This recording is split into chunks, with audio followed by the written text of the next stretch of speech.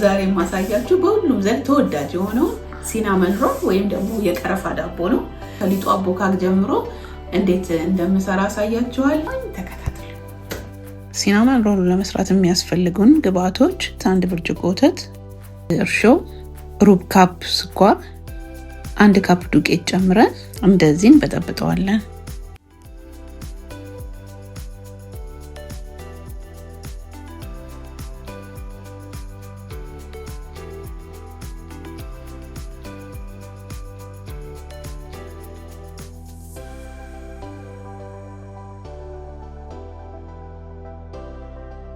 ኩፍ እስኪል ድረስ እናስቀምጠዋለን 15 ደቂቃ እርሾ እስኪነሳልን ድረስ። ሁለት እንቁላል እንጨምራለን። ይሄ ሊጥ ከባለፈው ከጉንጉን ዳቦ የሚለየው እንቁላሉ ይሄኛው 2 ነው፣ ያኛው ደግሞ 4 ስለሆነ ብቻ ነው እንጂ ተመሳሳይ አቦካክ ዘዴ ነው። በእንቁላሉ ብቻ እዚህ 2 ነው፣ ዛኛው ላይ ደግሞ 4 ነው ማለት ነው። ከዚህ በኋላ የምሰራው ሌላ ነገር ስላለ ዱቄቱን ጨምሬያለሁ። 2 ኩባያ ተኩል ግን ለዚህ ለምንሰራት ፓትራ ለሲናመን ሮሉ ይበቃል።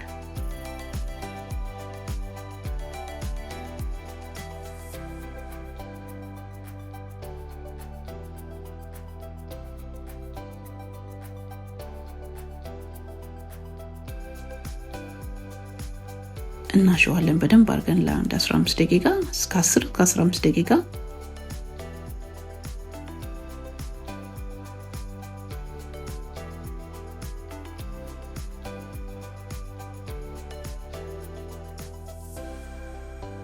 እንደዚህ በደንብ ካሸነው በኋላ ወደ እቃዎችን ውስጥ አድርገን ሸፍነን እስኪነሳ ድረስ እናስቀምጥ። ይሄው ሊጣችን እዚህ ጋር እንደዚህ ደርሶልናል።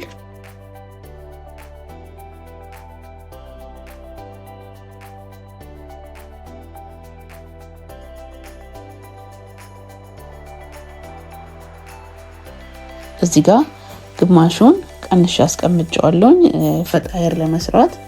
እሱን ደግሞ በሚቀጥለው ቪዲዮ ላይ አስቀምጥላችኋለሁ።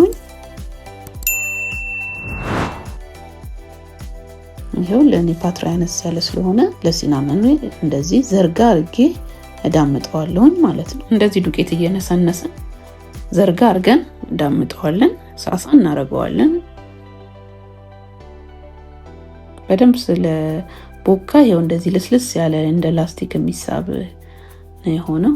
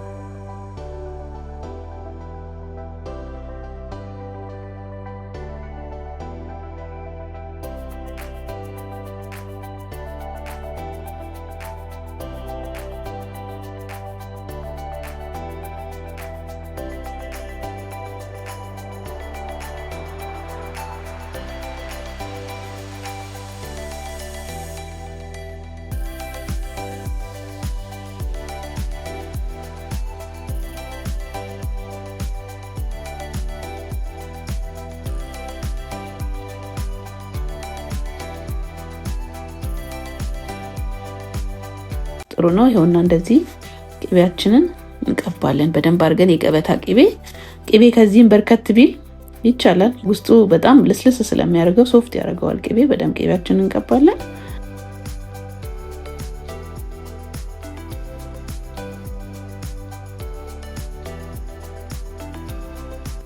ስኳር እናሳንስበታለን። ስኳር እንደ ፍላጎታችሁ ማድረግ ትችላላችሁ።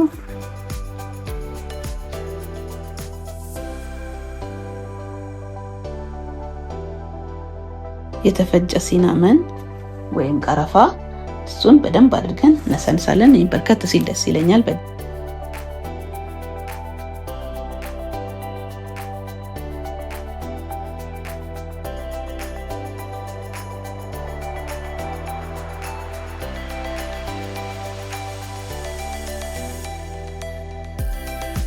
ይሄው እዚህ ጋር ፓትራችንን ትንሽ ቅቤ ቀብተን በዱቄት እንደዚህ እናዳርሰውና እንደዚህ እንቆራርጠዋለን። ስትቆርጡ ከቢላ ይልቅ ሲባጎ ወይ ክር ነገር ቢሆን በጣም ይመረጣል።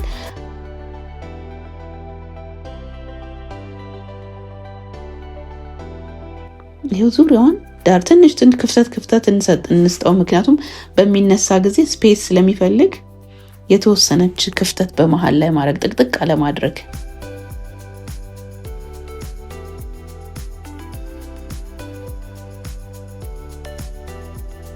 እንደዚህ ላስቲክ ሸፍነን አሁንም ለ10 ደቂቃ እዛው ኦቭኑ አካባቢ ቁጭ እናደርገዋለን። ይሄው እንደዚህ በደንብ ኩፍ ብሎ ተራርቆ የነበረው ራሱ አሁን አንድ ላይ ተገጣጥመዋል።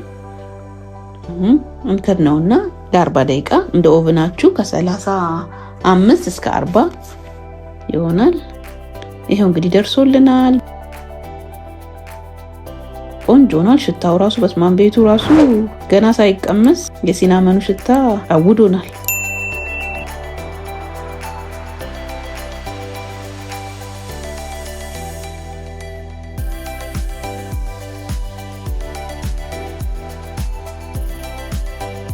ይሄው እስቲ እንግዲህ ይሄው እንደዚህ ነው። ቅቤው በመኖሩ እንደዚህ ይሳባል ውስጡ። በጣም ደስ ይላል። ሽታው የሚገርም ነው።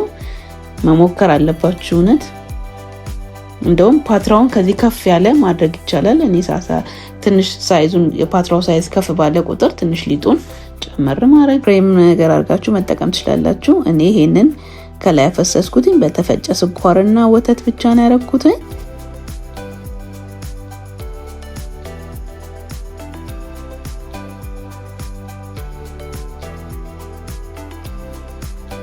እንግዲህ እንዳያችሁት ይሄንን ይመስላል።